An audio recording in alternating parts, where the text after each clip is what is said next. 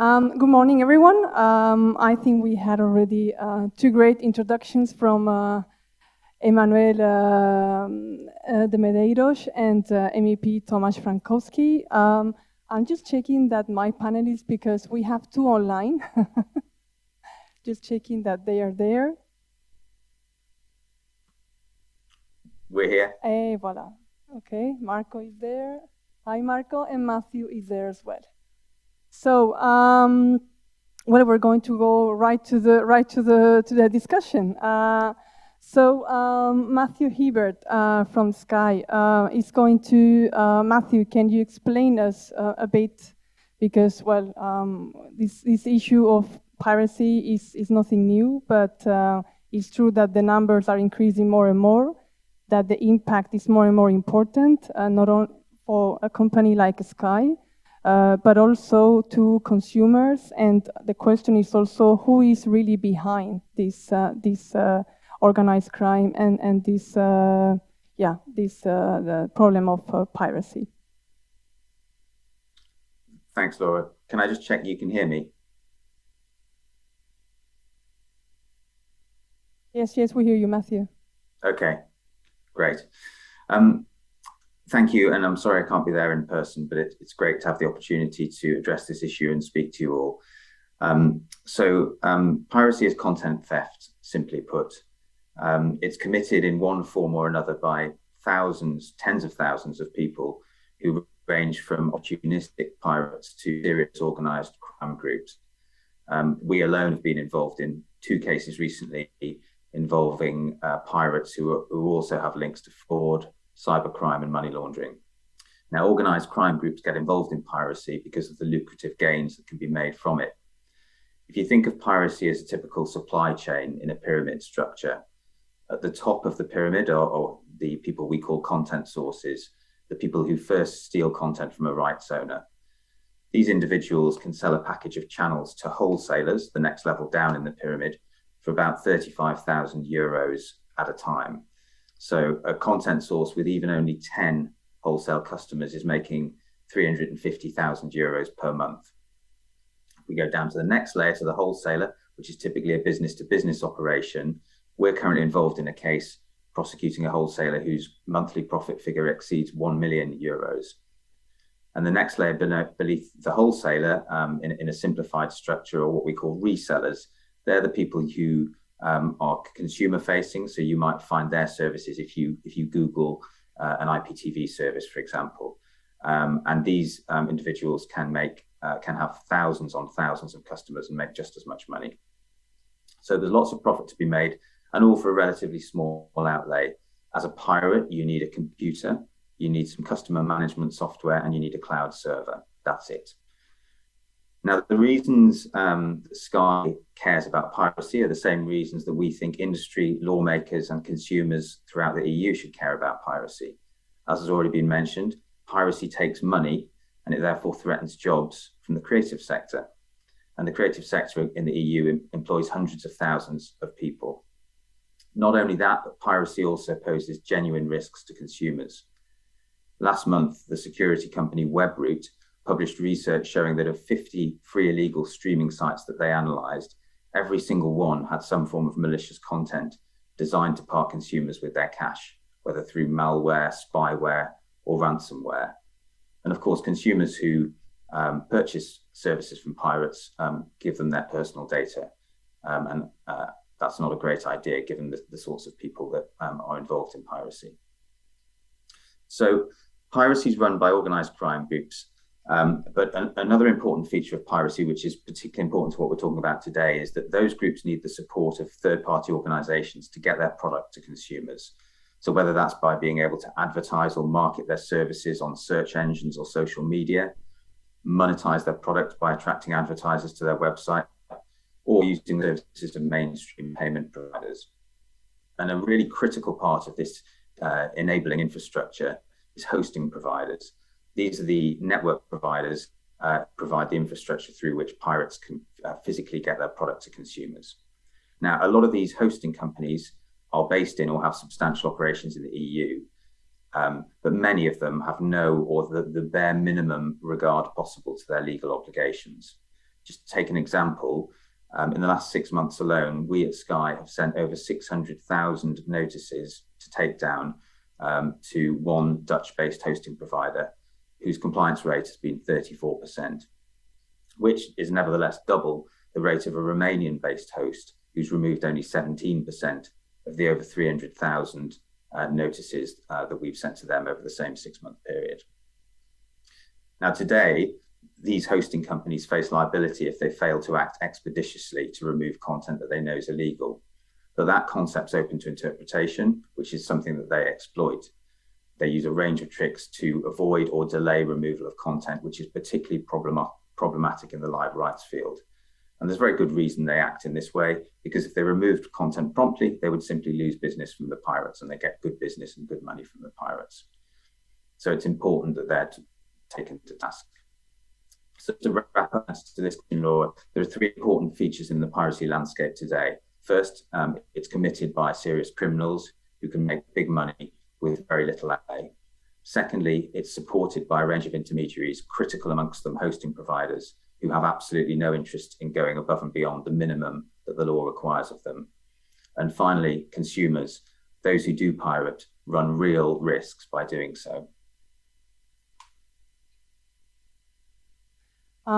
So Matthew from Sky has set up the context more from a technical point of view about the impact, about how it's working, about who are we chasing, who are the criminals behind, the companies behind piracy. Jan Nordeman, he's a legal practitioner. Jan, what can companies like Sky, other right holders, and sport event organizers do in terms of what legal remedies do they have or they don't have? It depends on what you will answer, to tackle this problem.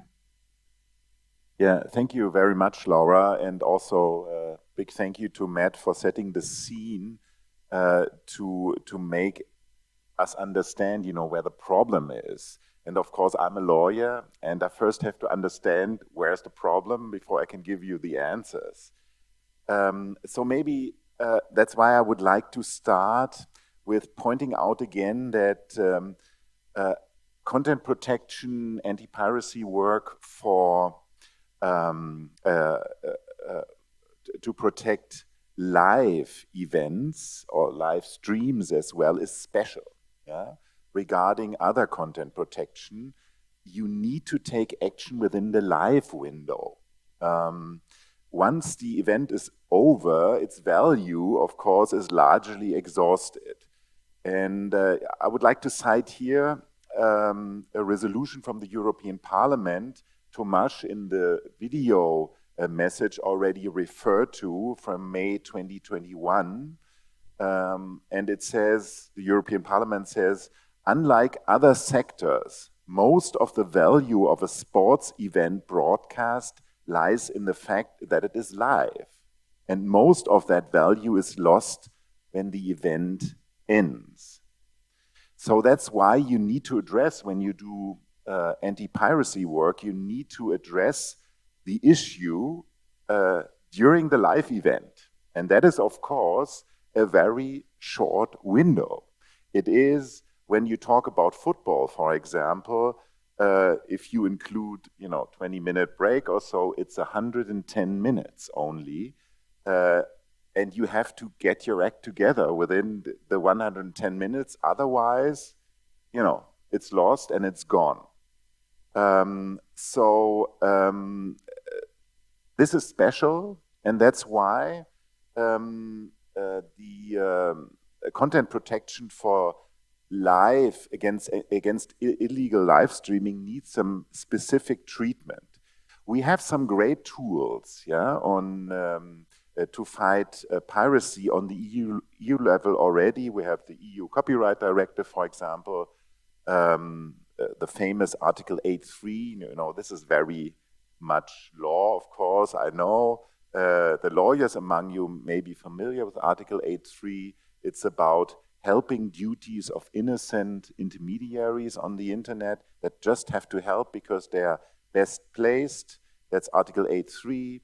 But the problem is it's not yet at least designed to really treat the live problem, to really get you an answer within the 100 minutes, for example, for a football match. We have the EU DSM directive, Digital Single Market Directive, Article 17, for example. There's a notice and takedown, stay down duty included. But again, the live problem is not really addressed here. DSA, same thing, Digital Single Market, Digital Services Act, of course. You have a notice and takedown mechanism in it, you have a complaint procedure in it, but again, you have not addressed the live problem. At the national level, maybe I should mention that you have certain legislation, in particular in France and in Portugal as well, where we are at the moment. There is legislation that addresses the live problem, but I think we need a pan-EU solution in order to really tackle the problem seriously. Thanks, Jan. So now I would like to see Marco. You're there?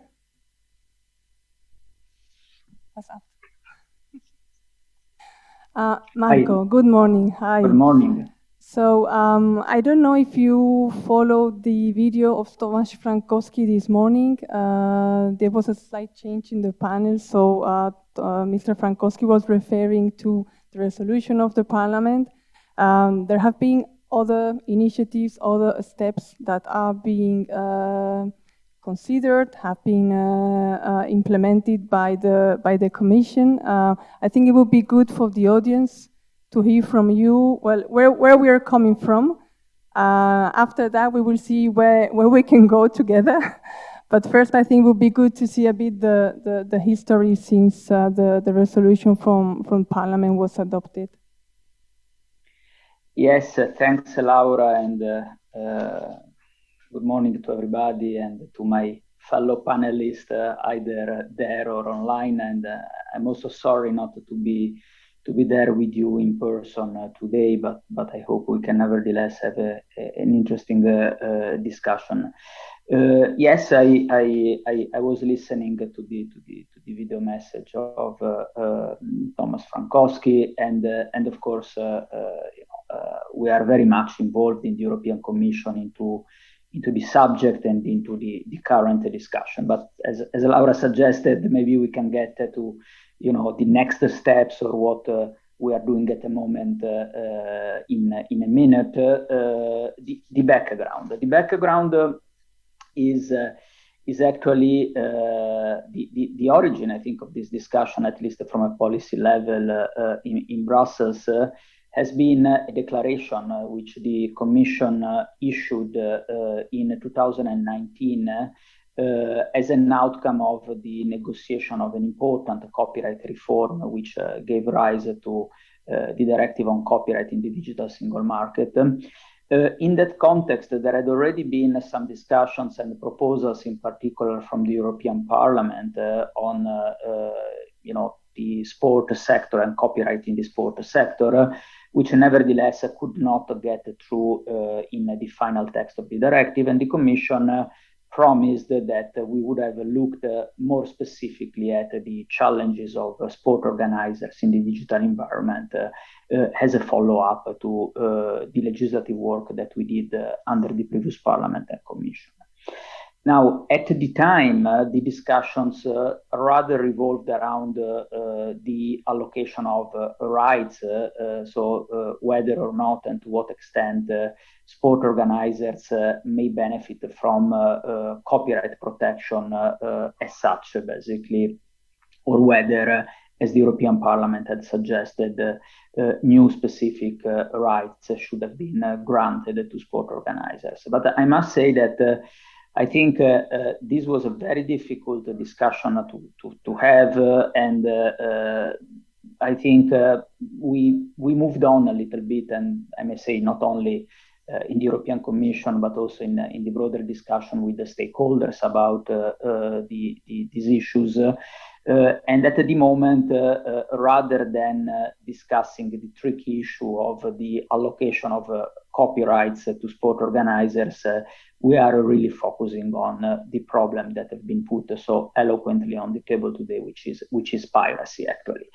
And we were pleased to see that the European Parliament report adopted last year, which has been mentioned by Thomas Frankowski already, focused specifically on piracy of sport and live events, as the main topic and the main problem that we have to deal with at European level. So I must say that from our side in the European Commission, there is a broad understanding and I would say agreement with the European Parliament and with stakeholders in the sport sector that the problem of piracy of sport events is an important one to tackle. And also I would say there is a broad agreement on the specific reasons why it is important to deal specifically with this matter, which is, as other speakers have already highlighted,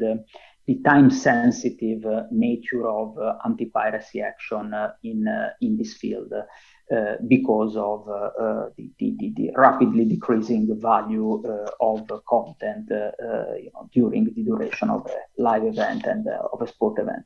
And I also wanted to say in this respect that I also agree with Thomas Frankowski when he said that pretty much the same considerations that are valid for sport events apply to all kind of live events. Of course, I mean, I understand that in this context you are interested particularly in sport, but there may be other cases of concerts, cultural events live, or even some kind of TV shows, which like reality shows, for example, for which the value also rapidly decline if action is not taken very promptly. So I think at the level, let's say, of problem definition, Jan was mentioning, that we need first of all to understand what is the problem. I think there is a broad common understanding about the issue. Now, I think maybe I wait for the next question to elaborate a bit more specifically on what we are working on and what may be done in this area. However, one thing that I think it's important to put on the table already now is that we need to be aware that there is already a general framework at European level on anti-piracy. Even more now that the Digital Services Act has been adopted. So I think it's important also not to convey the impression that there is nothing at all, that Europe has never done anything to counter this problem. We have a legal framework, and I think now the question is to what extent this legal framework needs to be complemented, better applied, or further developed with the new initiatives. And this is something on which maybe I can elaborate a bit more in a moment. But overall, the first message that I want to pass is that we are working on the matter. We broadly agree on the problem definition. And we hope to be able to respond soon to the request of the European Parliament of the sector to take further action on the matter. But then, I can explain a little bit more where we are on this topic, maybe in a second round of questions. Thanks, Mark. Digital Services Act has been mentioned several times, and I would like to ask Matthew. Matthew, is the DSA, as we call it, the abbreviation, going to help companies like Sky to fight against piracy? It has the potential to add some value. So there are a couple of potentially useful things in it. One of the things we like is the obligation on non-EU entities to have EU-based representatives, and also some of the steps around repeat offenders and the obligations on intermediaries there could be a useful tool. But I think it is important to note and I accept Mr. Girello's comments that the EU has done things in relation to piracy, but neither the DSA nor any other community law focuses specifically on protection of live rights today. And as has already been noted by Jan, the value of those live rights is in the live nature of the broadcast, something that the Parliament noted in its resolution last year. And I've got an illustration of that fact. 3 weeks ago, we had an important football fixture in English terms, Manchester United against Liverpool, which always gets lots of interest. That was on the 22nd of August. 3.57 million viewers watched that game live, and 25,000 of them watched it subsequently. Which means that over 99.3% of the viewing of that game was live, and we think that's typical. So that really highlights the importance of protection, during the event. So, if I can be a bit more specific, we are calling for just two things in relation to live rights. First is a hard obligation on hosting providers, who I've already talked about, to remove live content promptly. We suggest a maximum of 30 minutes, which is consistent with the ruling of the District Court of The Hague in the Premier League and Ecatel case in 2018, and that time period has also been adopted by the Parliament. This needs to be hard law because, as I mentioned a few moments ago, hosts gain from doing the bare minimum, and they won't follow a recommendation that goes against their commercial interests. The second thing we call for is to community-wide laws enabling live blocking of illegal streams. Quite simply, this is by far the best tool for disruption of live piracy that we've ever seen or used. Dynamic live blocking has been operating successfully in the UK and Ireland for a number of years. And to take one statistic, the share of pirate viewing of live Premier League matches has reduced by more than half since it came into effect. Now, there are positive moves towards dynamic blocking in some EU member states, and France is one example, but today it is a geographical lottery. So in Germany, for example, notwithstanding Article 8.3 of the InfoSoc directive, which Jan referred to, we're advised that a blocking order can't be obtained unless all EU-based actors involved in the delivery of the stream have been sued. And similarly, we understand that German courts would have to approve every single IP address proposed to be blocked before the address could be blocked. Now, in Ireland, the Premier League block encompasses thousands of streams and IP addresses every week. So it's impossible to see how that can work within the current German framework. Now, when we look to take the idea of live blocking to new markets, which we strongly advocate where we can, we meet two common concerns. First is dynamic blocking to overblocking. This is an unfounded concern. In over 5 years since we've operated the block in the UK and Ireland, there have been no legitimate complaints of overblocking of lawful content. And it's in the rights owners to make sure that there isn't, because they know that if there were to be such overblocking, the whole jurisdiction and tool would be completely undermined. So rights owners very carefully police the block. And the second concern that we meet comes typically from the ISPs, who say that live blocking is technically complicated and costly. Now, we're an ISP, and we know that it's in fact not.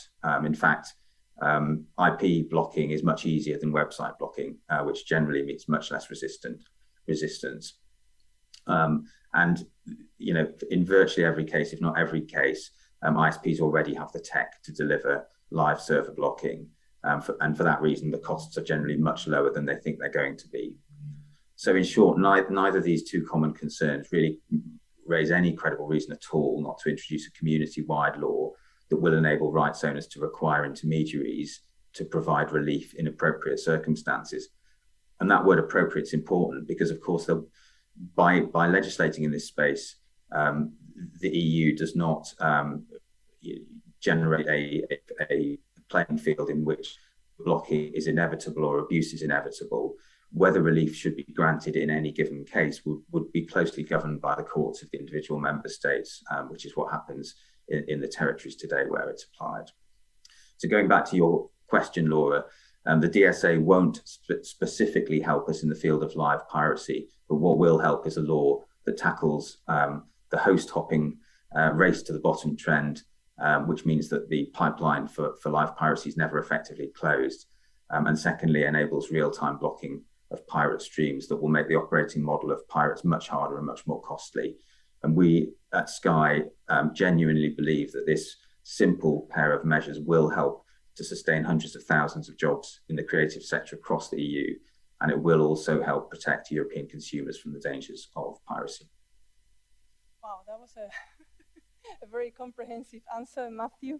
I think we are going to also want to ask Jan, as a legal practitioner, possible ways forward. It's true that Matthew already mentioned a couple of them, but I think it's important also maybe for the audience to understand a bit more about these notions of real-time takedown and what a live blocking injunction is, and also, you know, your experience and maybe how feasible you see this could be from a legal point of view.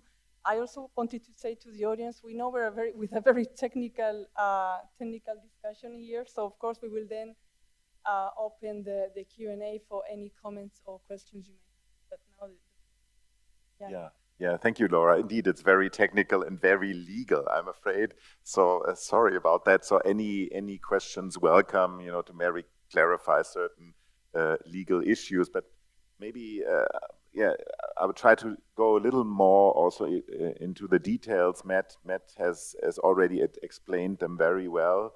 We're talking about two major tools. The first one is immediate takedown. Yeah, we need a takedown within minutes. It's not like ordinary no content protection. You would get a takedown maybe within 1 or 2 days. That's of course not sufficient. We need it within minutes, and 30 minutes, as Matt has mentioned, maybe a good kind of borderline within 30 takedown of an illegal live stream within 30 minutes. We could, as Marco has proposed, and I think that's an excellent idea, we could build on the DSA and on the DSA rules we have for example, trusted flaggers in the DSA. We have notice and action regulation. We have complaint handling. We have out-of-court dispute settlement in the DSA. It's all there. We just have to make it specific to work for live, within the live window, within minutes. What we could think of is a duty of hosting providers that Matt has mentioned that are at the core of the problem. Of course, they are not the infringers themselves, but they are used, they host the stream, and they could have a duty to immediately take down within 30 minutes the illegal live stream. Either they could do it themselves, or, for example, through trusted flaggers, they could provide a tool for the right holders to take it down.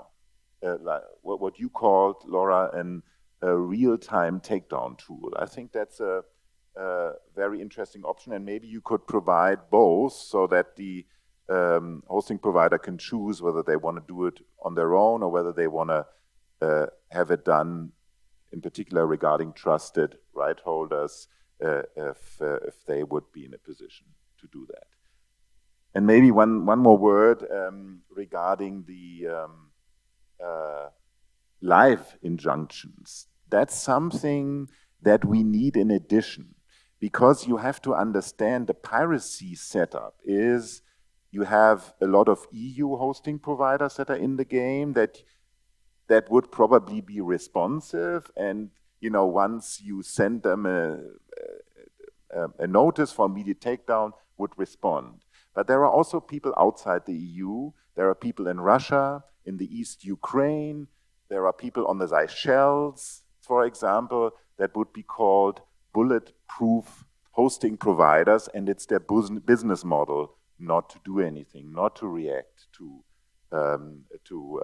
takedown requests. And for these, you need to have the access providers, the ISPs. You need to get them into the game.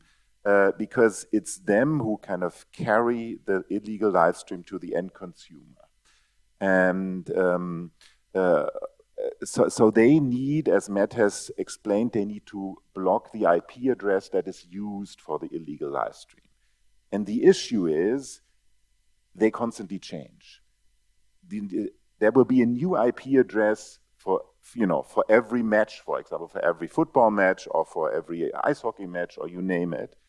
And that's why you only know something like 10 minutes in advance what the IP address will be.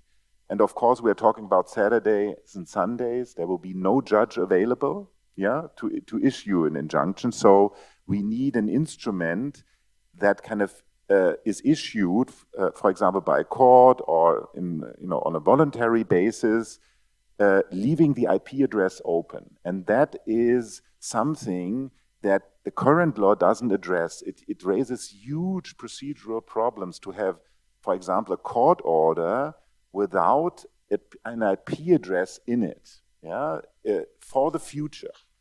And that's why we need, we need an EU kind of framework for this to make courts kind of feel comfortable in, issuing such orders that probably nowadays in their current procedural law are kind of unknown and they may feel uncomfortable about. Thanks, Jan. I'm conscious that we are already going into the second roundtable, so I really hope our colleagues in the second roundtable, this is a good way to transition. But I would like to get back to Marco. Marco, still there with us? Right, good. So you heard what Matthew said, what Jan said about, what problems with the DSA, what is not addressing, the current legal framework. So the question now is the Commission, what are the next steps for the Commission? Are you planning to do something? And if it is the case, which we understood it is the case because you said that there are next steps that are going to take place, what can you share with us this far? Yes, thanks a lot. Maybe I start from the end and then I go back to a few more details briefly, of course, because I understand we don't have a lot of time maybe, but I think the bigger question, or rather put it like that, we are aware of the fact that the sector and a number of important players in the European Parliament are asking for legislation. So basically, this is very clear. At the same time, I'm not able today to confirm whether our next step will be immediately a legislative proposal, whether there will be some further process, whether there will be some intermediary instrument or soft law type of instrument. This is something which we are still considering. Is also, in the end, a matter for political deliberation, which goes beyond my payroll. So unfortunately, I'm not able to confirm, the form of the next steps that the Commission will intend to propose on this matter. What I can do now, and I already mentioned it before, is to confirm that there will be a follow-up. So for sure, we will keep working on this matter, and we hope to put on the table action which will really make a difference. This, is what I said, to start from the end, because it's really, understand me, is as far as I can go today, to talk about, what the Commission will do next, because these are decisions which have not been taken yet. I hope, and I'm confident that we will be able to communicate on that pretty quickly, but as I said, this is something which is not decided yet. On the substance, however, there is, of course, more that I can say, and I already mentioned before that on the problem definition and the type of issues that we needed to address, I think there is a broad agreement between, the Commission and what we hear from the sector. And I wanted to get back a moment on some details to give you a sense of what are the areas that we think needs to be further developed into European action, which are broadly the same actually, that have already been mentioned by everybody. But I think that there are three things, mainly three subjects that deserve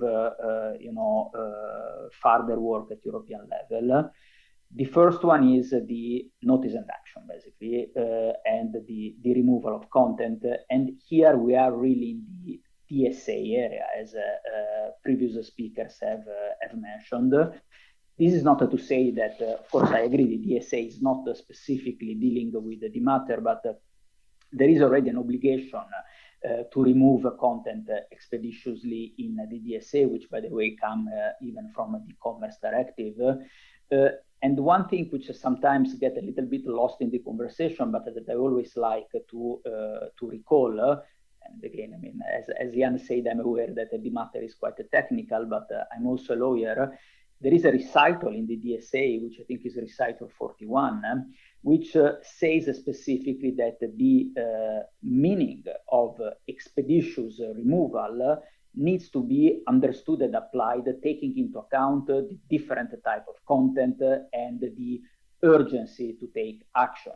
So I think that to some extent, there is already an obligation now in the DSA, which applies to hosting service provider to act very fast. Then I think, indeed, we need to discuss how to apply this, what very fast means, but and it is an obligation which has liability at the end as a consequence. So I think it's something which may work well, may not work well. I think the DSA further reinforce it. It's definitely to be discussed, but this should really be for the removal of content, in my opinion, the starting point. For dynamic and live injunctions, this is a very interesting matter for a lawyer as well, not only from a broader policy perspective. As Jan mentioned, indeed, the situation is different across Europe. What, again, I think is important to keep in mind is that there is already a legal basis in European law. I would say probably even a double legal basis for the experts in IPRED, but also in Article 8.3 of the InfoSoc Directive. And I think what is important, again, I wanted to join the dots a little bit for completeness to keep in mind from a legal policy perspective is that the Commission issued already in 2017 a guidance on some aspects of IPRED, so of the directive on the enforcement of intellectual property rights, where there was already there a reference to dynamic injunctions as an appropriate tool to deal with a specific situation like live content. Now, what we are missing is, of course, and on that I fully agree with everybody who has stated, a uniform application of these rules throughout Europe. I think we see that there are the more and more member states, actually, whether judges or administrative authorities, or sometimes a combination of two, like it is the case in France, which are issuing dynamic injunctions, but definitely, more needs to be done. But again, there as well, we needed to build on what we already have, and the legal basis is already in European law. And the third and last area where we believe we needed to work further is the role of national authorities and the cooperation between different players, basically, which are involved in the matter. I just want to mention two things in this respect. National authorities can have a very important role in speeding up, in fact, the injunction process, and to play a role of guarantor, basically, of more general judicial procedure that may have been, decided upstream. We have a recent example in France, actually, of a combination between judicial orders issued by a court, and then the role of ARCOM as an independent authority, which basically updates the list of illegal websites and then give the possibility basically to be agile and issue injunctions very, very fast. And I think that this is something which is useful, is important, and may need to be further developed across Europe. I'm not saying exactly the same French model, but for me, it is clear that administrative authorities can play an important role. From a policy perspective, I must say, however, that there are very big, I would even say, cultural differences across Europe in this respect. So countries from Southern Europe are in general much more keen to grant anti-piracy roles to public authorities. Another important example is Italy, where the AGCOM, the Communication and Media Authority, has important powers in this respect. But then there is also Greece, Spain, Portugal. So in these countries, national authorities already play an important role. In other areas of Europe, the tradition is rather to leave the matter to the judge, to the judiciaries. So I think that there is a lot that can be done to bridge the gap and to start at least creating a common understanding and more cooperation between national authorities. And okay, Marco, sorry, I'm sorry. I think we're running a bit out of time. Yeah. I'm sorry, because I think the audience understands as well that we could be talking about this topic for hours, and apologies, but it's true that we're running a bit out of time. And I think I'm just checking if we can have at least 5 minutes Q&A. Is it possible? No? Yes? Moderator of the second roundtable is being okay. So sorry, Marco, if you allow, we're going to have 5 minutes, but please, a couple of very short interventions or questions, because the second roundtable has also to start. Okay, so the gentleman here in the first row, and then there's a second one at the back. Brief, please. Thank you.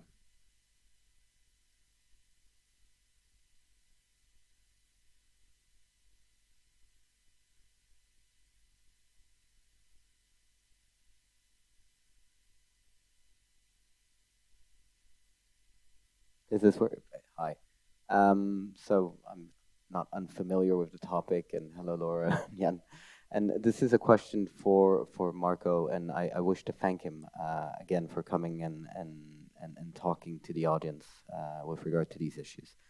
My main question, I think, goes to Marco, and say, I think everybody's positive and understand there's a broad agreement on the issue. There's a broad agreement on what can be done. There's a broad understanding that it's been many years. So what exactly is the holdup? This is, I think, what everybody wants to understand a bit. Is it a political holdup? Because it doesn't seem like it's a technical issue or a legislative issue. Is it a timing holdup? Is it a culture holdup? In your own, Marco, if you could, like, in your own perspective, where do you see the holdup? And it would be interesting to know that, especially because we've seen reports now in the French press that apparently there will be a recommendation in March, which seems to go, slightly underneath the radar with regard to what many stakeholders are looking for. So thank you for your input on that. Sorry for taking too long. If you allow, we're going to take the second one, and yeah. Yeah, thank you, Laura. Mark Lichtenhein from the Sports Rights Owners Coalition. It's really a kind of related question to Gregoire's, in that, I mean, Thomas Frankowski at the beginning talked about the urgency of the situation. And I don't know if the Commission really understands the importance of an effective remedy as soon as possible. Yesterday in the press, it was reported that a number of communications agencies within the EU, in the absence of any effective legal remedies for live piracy, are going to start doing dedicated denials of service onto pirate sites. So they're going to use basically the tools of cyber criminals and cyber terrorists to take on the pirates. Now, I think this would be an extremely embarrassing situation for the European Union, in that if its failure to act in a timely manner, as it has been requested for 18 months by the European Parliament, that it hasn't been able to do anything, and as a result, we're going to start firing digital missiles at pirates rather than trying to solve the problem in a normal legal manner. So, you know, we've been told that what is illegal offline is illegal online. Let's make sure it happens. Marco, it's your turn, and please, I think it would be good if you can be brief. Sorry about that. Yes, so what is the hold-up? I don't think there is a hold-up. I think it's a matter of deciding what is the best way forward, and I will try to be telegraphic on that. As I think to a different extent, but everybody has mentioned, there is already a legal framework, or at least, you know, from our perspective, there is already a legal framework which deals with the matter. Now, the question is to decide whether this legal framework needed to be complemented by further legislation or by further action of a non-legislative nature. So I think that this is quite straightforward. I don't know, I mean, where the idea of a recommendation in March came from. Certainly, you know, not from us. The decision has not been taken, but it's really for me a matter of deciding what is the most proportionate way to tackle the action, considering that there is already a legal basis both for the removal of content and for dynamic injunctions in this subject. So this is, I think, as clear as I can try to be, you know, at the moment. It was a question that you had, or it was a comment? It was a question. I don't know if Marco heard the question on the potential national agencies in some countries. No, I didn't. I didn't understood it as a question actually, so I don't have any comments at the moment. Okay, I think we're going to have to leave it here. I want to thank the panelists, the audience, and those following online.